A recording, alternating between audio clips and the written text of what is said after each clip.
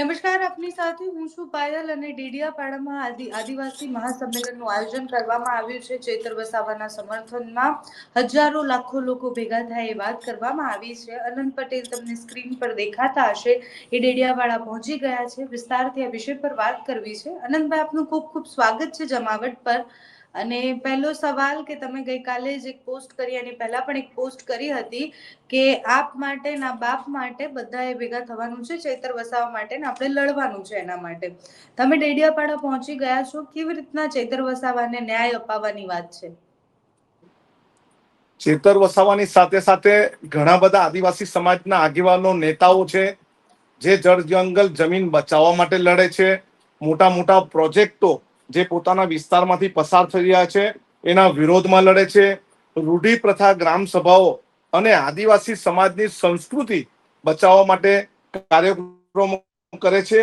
અને સરકારના પ્રેશરમાં આવીને પોલીસ જૂઠા કેસો કરે છે અને જૂઠા કેસો કરીને એને કાયદાની ગૂંચમાં નાખીને ફસાવાની વાત કરે છે અને એક જણને ફસાવીને જેલ કરે, જેનાથી બીજા કોઈ પણ આદિવાસી સમાજના આગેવાનો આ રીતની ચળવળ ન ચલાવે એના માટે એક પ્રેશરનું રાજકારણ ઊભું કરીને આદિવાસી સમાજના લોકોને ડરાવવા ધમકાવવા માટે પોલીસ કેસો કરીને ખોટી રીતે એને ફસાવવામાં આવે છે.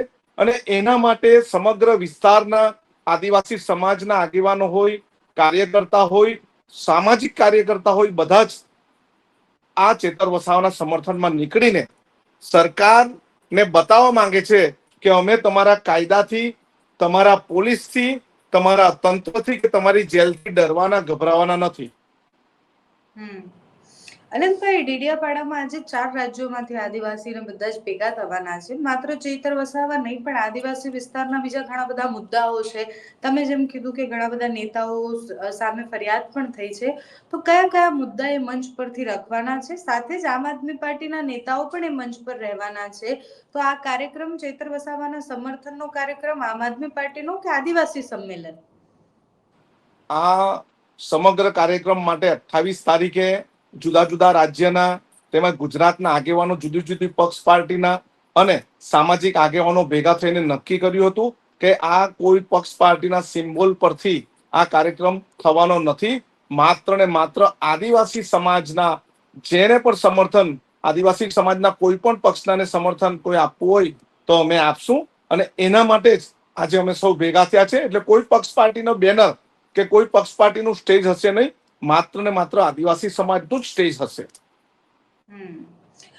છેલ્લા કેટલાય દિવસથી જ્યારથી ચૈતર વસાવાને સજા થઈ એના પછી મનસુખ વસાવા જે છે એવું કહી રહ્યા છે કે પહેલેથી બધી જ ખબર હતી કે તમારા પર આટલા કેસ છે.